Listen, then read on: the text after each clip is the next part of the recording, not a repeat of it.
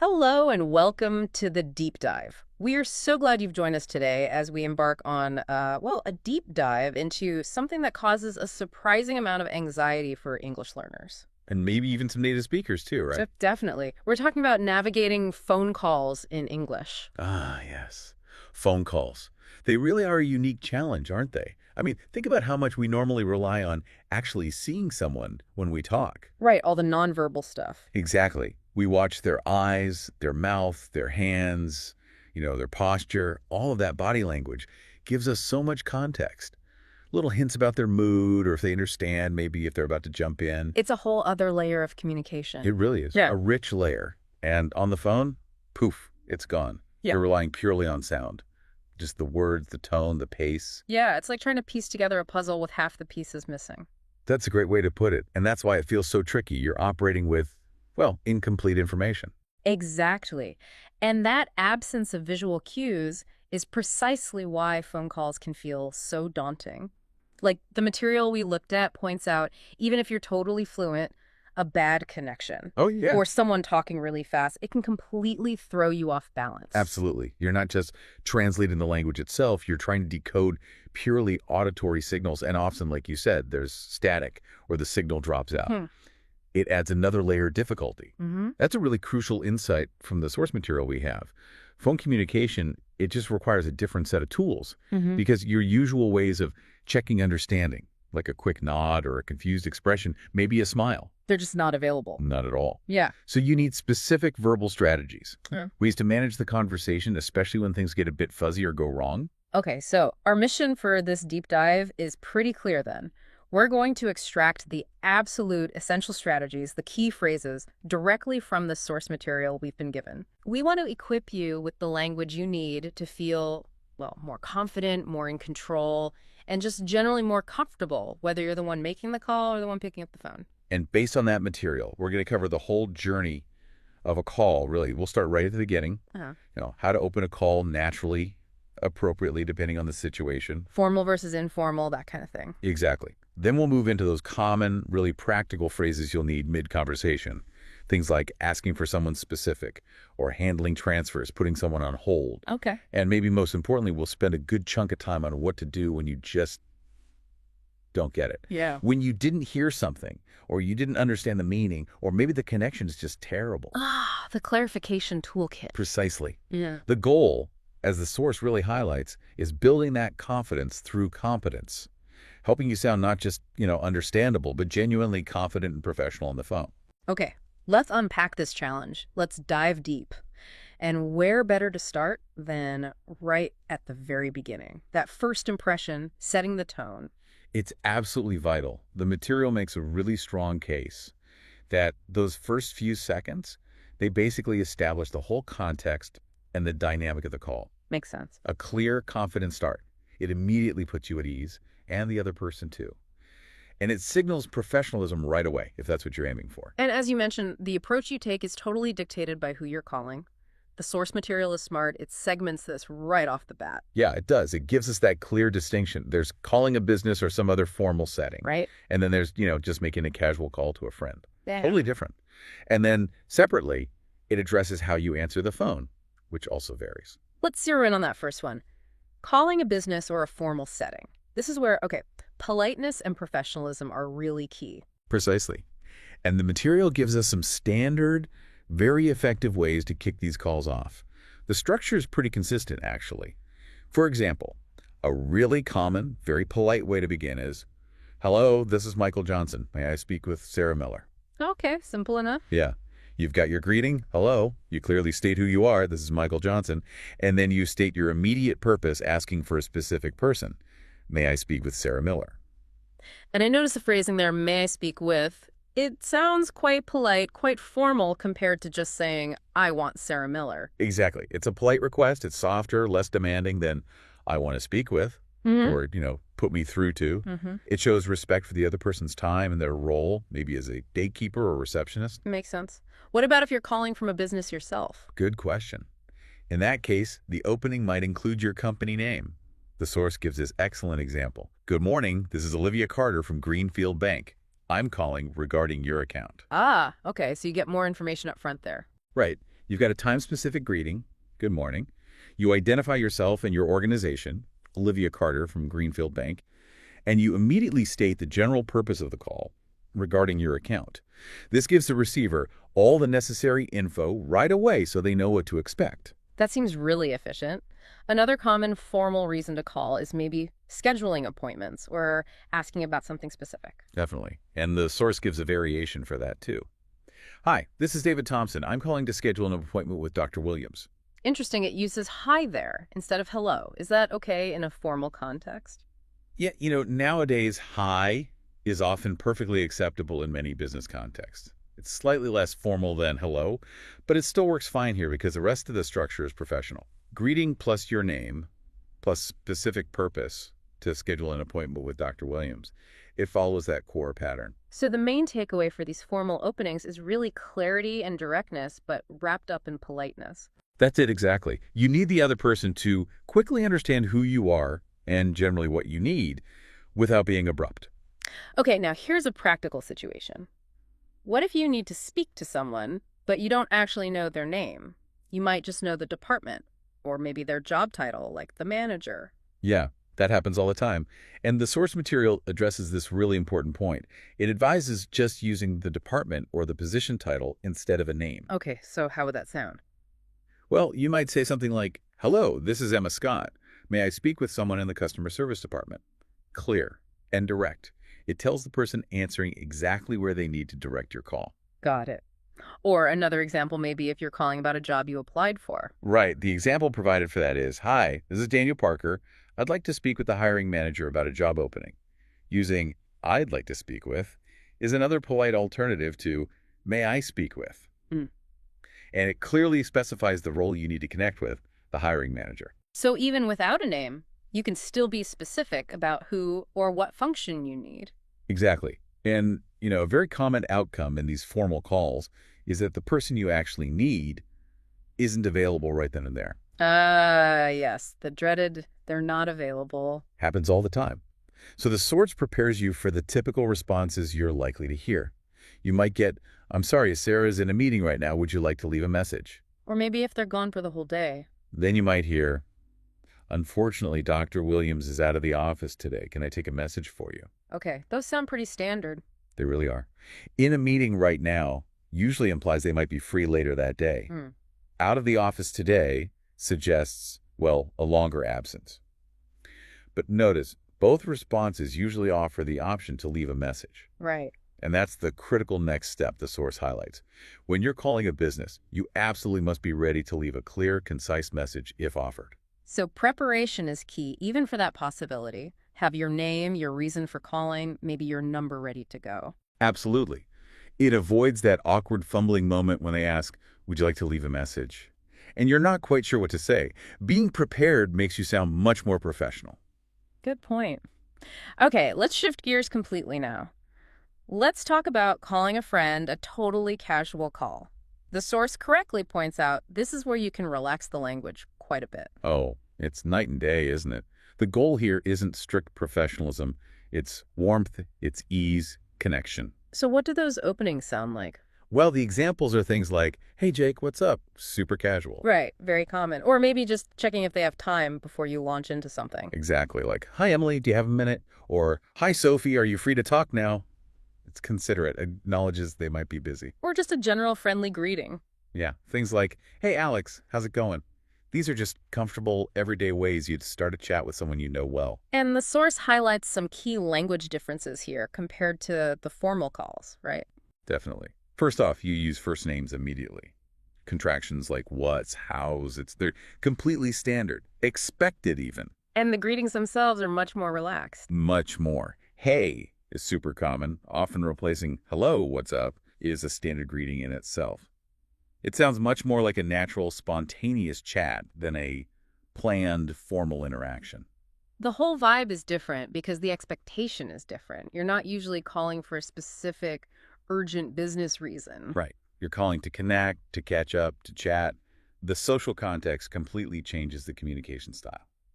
And the source also touches briefly on what happens if your friend doesn't pick up.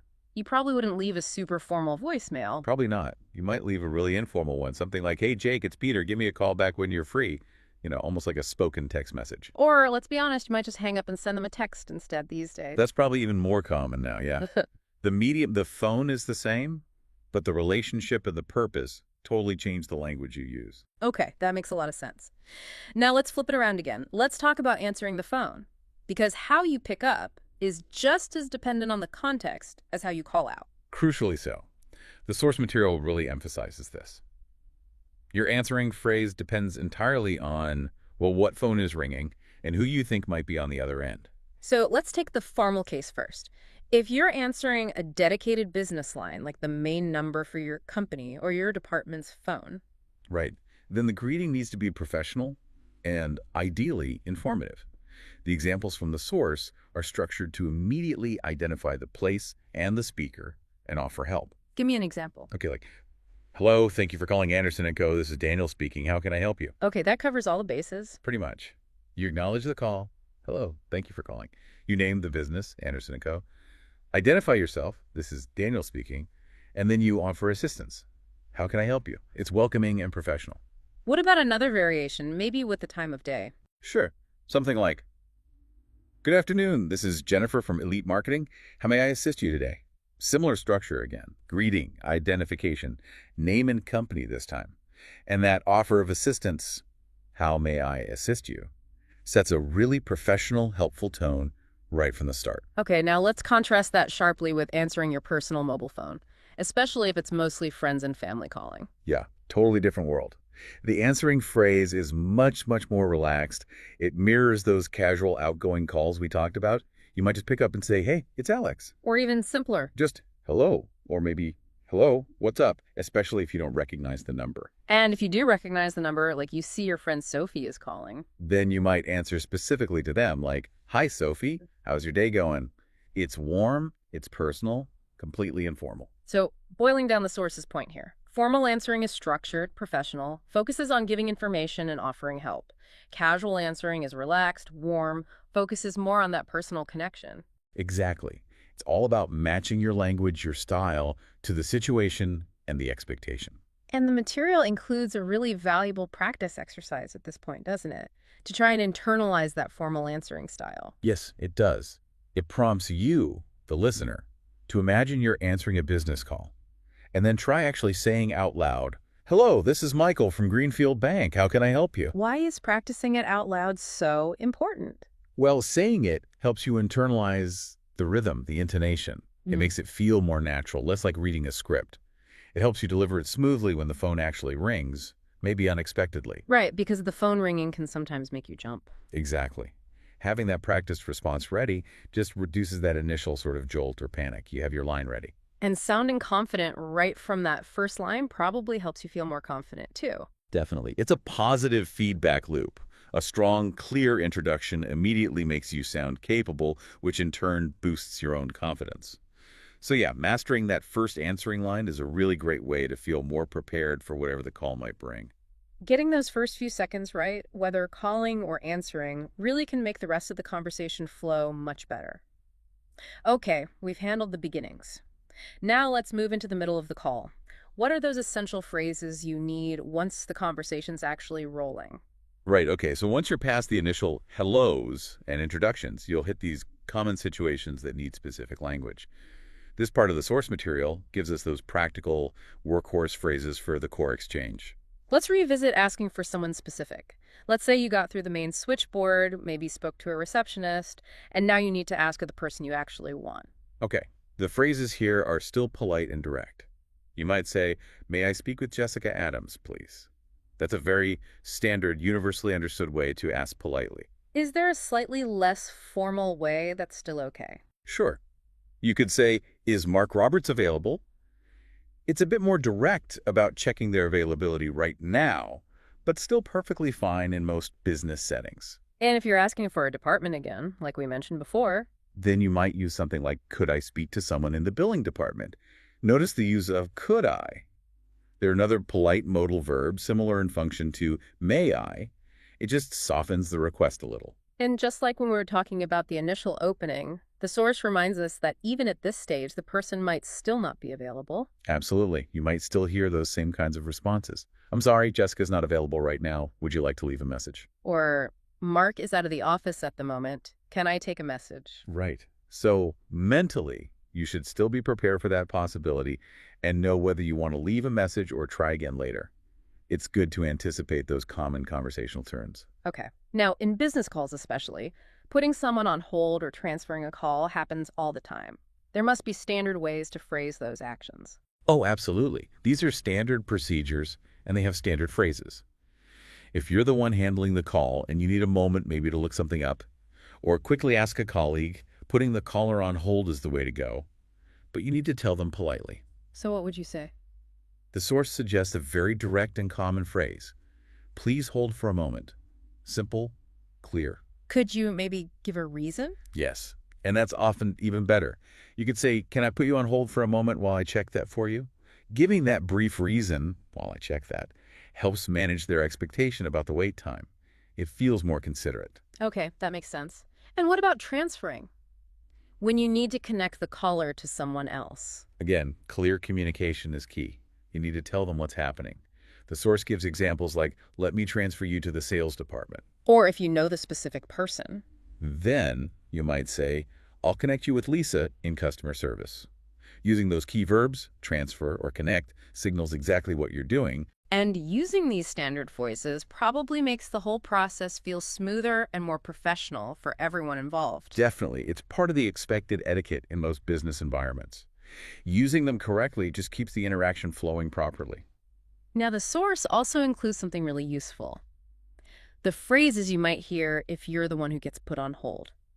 When the person comes back to the line. Right, because they won't just jump back into the conversation usually. They'll acknowledge the wait. You'll often hear something like, thank you for holding, I appreciate your patience. Or maybe a shorter version. Yeah, maybe just, sorry for the wait, how can I assist you? These phrases signal that they're back, they're ready to continue, and they politely acknowledge that you were waiting. Being familiar with hearing these helps you know, okay, the conversation is back on. That's good to know. Okay, one more key thing in this mid-call section, leaving a message. The source details the specific phrases for actually instructing the person who answered about the message you want relayed. Right. So the person you wanted isn't there, and you decide, okay, I need to leave a specific message, maybe more than just call me back. You'd start by saying something like, could you take a message for John? Or maybe slightly more casual if you know the person taking the message or the context allows. You might say, can you tell Emma that I called? Using tell is a bit more informal than take a message for, but it's still perfectly fine in many professional contexts, depending on the relationships. And what if you decide you'll just call back yourself later, but you want them to know you called? Then you can instruct them. Please let Daniel know I'll call back later. This manages expectations. Daniel finds out you called, but he knows he doesn't necessarily need to drop everything to call you back right away because you intend to try again. Okay, now the source doesn't explicitly state this right here next to these phrases, but based on everything we know about formal calls and leaving messages, there's a crucial next step, isn't there? Oh, absolutely. After you ask them to take a message or tell someone you called, you must clearly give your details. Right, your name, your number. Yes. And critically, say your phone number slowly and clearly, maybe even repeating it. So, after, could you take a message for John? You'd follow up with something like, this is your name calling from your company, if relevant. My number is your number. And the repetition part. Crucial. You'd say that number again is repeat your number. Maybe digit by digit or in small chunks like 555, 123, 4567. Why is that so important? Because the person taking the message has no visual cues. They're relying entirely on hearing your number correctly, probably while scrambling to write it down. Slowing down and repeating makes their job much easier and dramatically reduces the chance of them writing down the wrong number. Which means you're much more likely to actually get that call back. Exactly. It seems like a small thing, but it demonstrates consideration and thoroughness. It's professional courtesy that has a practical benefit. Okay, that's a really vital practical tip. So we've covered starting, answering, handling common mid-call things like holds, transfers, messages. But now, let's tackle what feels like the most stressful part for many learners. You just didn't catch something. The moment of panic. Yeah. the sound was bad, or they spoke too quickly, or maybe they used a word you just don't know. What do you do? This section on asking for clarification is, honestly, I think one of the most valuable parts of the source material we reviewed, because it gives you the actual language tools, the specific phrases you need to handle those moments of confusion or missed information. Because you can't just give a confused look like you might in person. Exactly. That lack of visual cues hits hardest here. You can't signal misunderstanding non-verbally. You have to use your words. And knowing how to ask, politely and effectively, is key to keeping your cool and getting the information you need. And the source helpfully breaks this down based on why you didn't understand, right? Yes, it does. First, the simplest case. You just plain didn't hear it properly. Maybe there was a sudden noise, a glitch in the connection, or they just mumbled a bit. Okay, so what's the phrase for that? For this, you basically need to ask them to repeat what they just said. The phrases are direct but polite, often starting with a little apology for the interruption, like, "Sorry, could you repeat that?" Simple enough. Any other options? Yeah, you could be slightly more specific about the problem. "I didn't catch that. Could you say it again?" I didn't catch that. That's a really common idiom, isn't it? Meaning I didn't hear or understand. Very common, yes. And asking them to say it again is the straightforward request for repetition. These are simple, standard phrases. The key is not to be afraid to use them. Right. Better to ask than to guess wrong. Absolutely. It's far better to ask for a quick repeat than to misunderstand something important. And honestly, it's totally okay to use these phrases more than once if you need to. Don't feel bad about it. Okay. Now, the source makes an important distinction. What if you did hear the words clearly, but you just didn't understand the meaning? Maybe they used jargon or unfamiliar vocabulary, or the idea itself was complex. Right. This needs a different kind of clarification phrase. You're not asking them to repeat the sound. You're asking for an explanation of the meaning. So what would you say then? The source suggests phrases like, "Could you clarify what you mean?" This is a really polite, professional way to ask for more detail, or perhaps a simpler explanation of the same point. Okay. What if you want to acknowledge that you're the one not understanding? You could say something like, "I'm not sure I understand. Can you explain it another way?" This clearly signals that the way they explained it the first time didn't quite work for you, and you need them to try rephrasing it or using different words. These phrases seem really empowering. They let you take control of getting the meaning clear. They really are. You're actively guiding the speaker towards making their message understandable to you. It shows you're engaged, you're listening, you want to understand, rather than just nodding along hoping you'll figure it out later, which often doesn't work. Definitely not. Okay, and finally, there's the specific, very common problem of just a bad technical connection. Static, dropped words. Yes, the bane of mobile calls sometimes. The source gives phrases that address the technical issue directly, while still asking for the information again. For example, "I think we have a bad connection. Can you say that again?" So you're letting them know why you missed it. Exactly. It informs them that the sound quality might be poor on their end too, or that you're struggling because of the line itself. Is there another way to phrase that? Maybe if the sound is breaking up? Yes, you could use more specific language like, "You're cutting out." Could you repeat that? Cutting out is a very common phrasal verb for when the audio signal is breaking up intermittently. You only hear parts of words.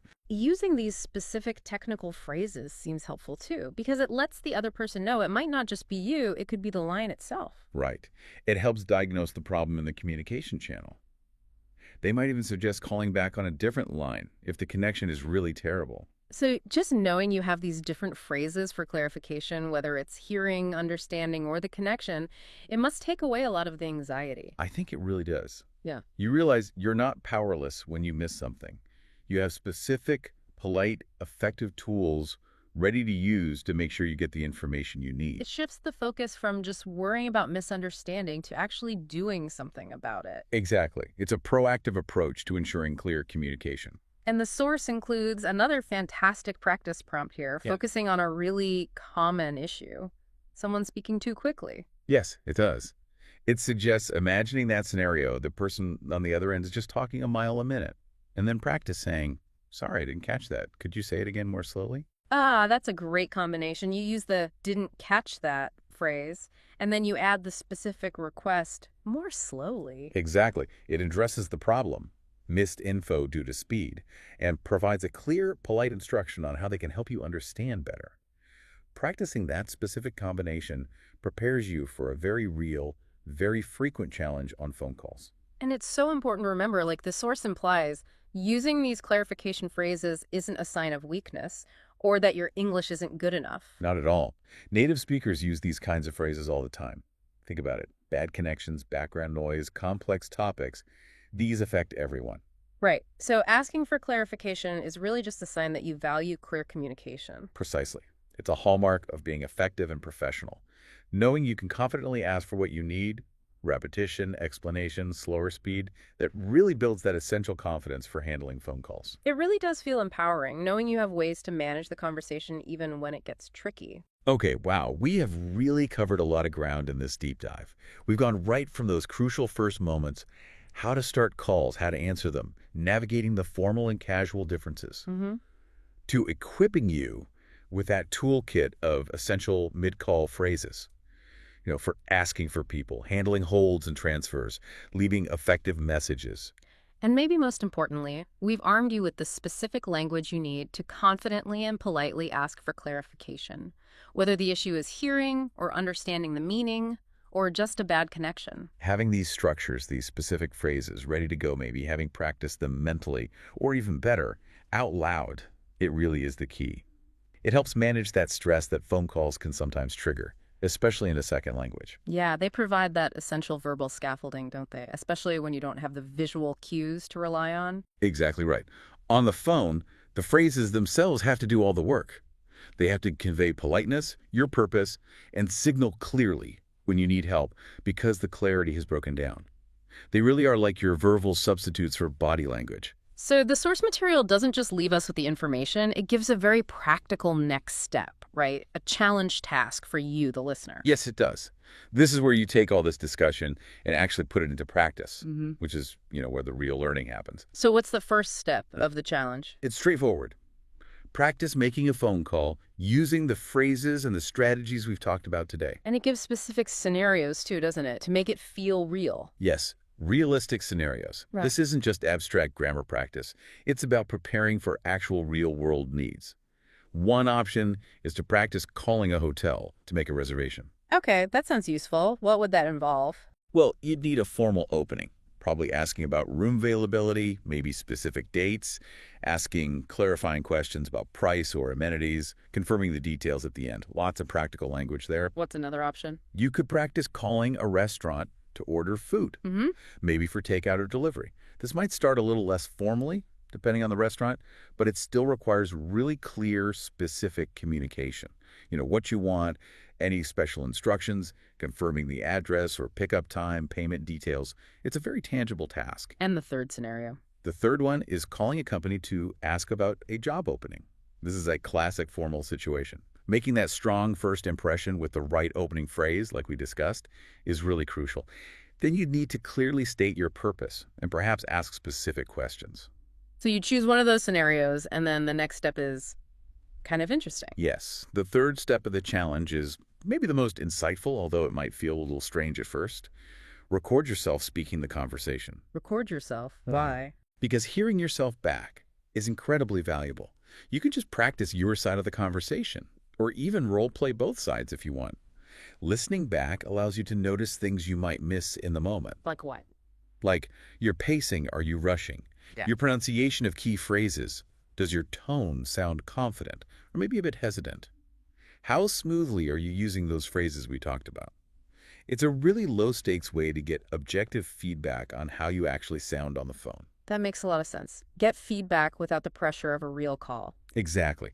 And to make this practice even more effective, the force suggests thinking about a couple of specific questions as you do the challenge. Okay, what are they? First, what felt like the hardest part of practicing this phone call in English?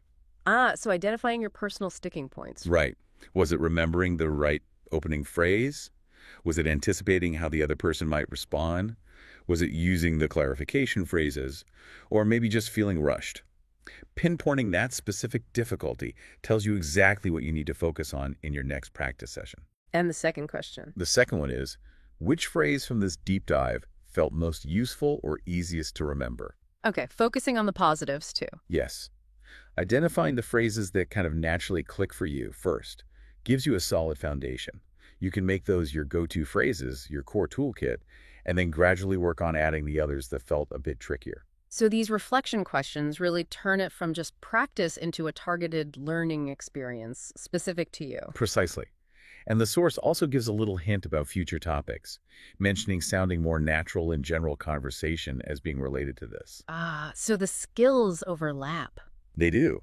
It's a good reminder that the skills you're building here, expressing yourself clearly, managing the back and forth of interaction, using specific language for specific jobs, these are all transferable. Mastering the unique challenge of phone calls definitely contributes to your overall fluency and confidence in all kinds of spoken English. It's like conquering one tricky area gives you confidence for others. A stepping stone. Exactly. Yeah. Each context you get comfortable with adds to your overall capability. So as we wrap up this deep dive, let's just circle back one last time to that fundamental challenge we started with. Communicating effectively when you absolutely cannot see the other person. Right. The phone just strips away all those visual cues we rely on so heavily. The nods that mean I understand, the slight frown that means I'm confused, the smile that shows agreement or warmth. All gone. Your voice and the specific words you choose, they have to carry everything. And this is precisely why those specific phrases we've pulled out from the source material are so incredibly powerful. They're not just, nice, polite options. They are functional tools. They're designed specifically to compensate for that missing visual information channel. So knowing exactly what to say when you need someone to slow down or repeat themselves or explain something in a different way, it's not just helpful, it's actually essential for the phone. It really is. It's your way of getting that feedback you'd normally get visually, but you're getting it explicitly through asking verbally. It turns what can feel like an unknown, maybe scary situation, the phone call, into something much more manageable. Because you have these verbal controls, these tools, to navigate the common problems that crop up. Absolutely. It gives you a sense of agency in the conversation. The source leaves us with some really nice encouragement, too. Keep talking, keep practicing, and enjoy learning English. And I think that's a perfect thought to end on, particularly for phone calls. That deliberate practice, using these specific targeted phrases and understanding why they're necessary because of the unique nature of the phone. That really is the key. Yeah, it's the key to overcoming that barrier, getting past the anxiety, and maybe starting to actually, enjoy using English in this specific context. It empowers you, doesn't it? Yeah. It makes the phone call feel less like a high-stakes test and more like just another conversation you're equipped to handle. Couldn't have said it better myself. Well, that feels like a truly practical and empowering place to finish.